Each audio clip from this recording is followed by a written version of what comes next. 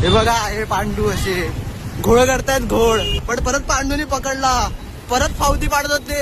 एक मागे पावती फाडली त्याने आम्हाला 4 ऑक्टोबर 2020 ची पावती दिली 20 ची, आणि 500 रुपये खिशात टाकले असतील. आता त्या पांडू त्याचं नाव नाही, त्याचं नाव घेतलं असतं मी.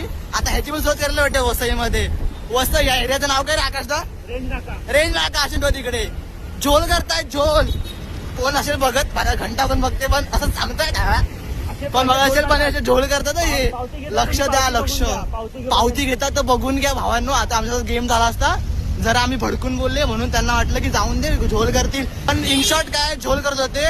आम्हाला ती रेंज ऑफिसला पकडला त्याने, आम्ही त्यांना 500 रुपये दिले, म्हणजे ह्यांनी पावती दिली. त्याने पावती दिली 4 ऑक्टोबर 2020 ची. पुढे आले काय माहिती, त्यांनीच कॉल करून सांगितलं असेल याला की भावा एक गाडी येते, ब्लॅक रेनकोट घातलाय, त्याला घे परत आट्यात. मग ह्यांनी आम्हाला मध्ये येऊन बरोबर आमचीच गाडी पकडली आहे का, बरोबर आमची गाडी मधून पकडली हा का एकदम. मग आमच्याकडे लागायला सगळं डायरेक्ट जे आमच्याकडे नाही न्यायचंय, काय संपलंय ना तेच मागतात आमच्याकडे की ते आहे का.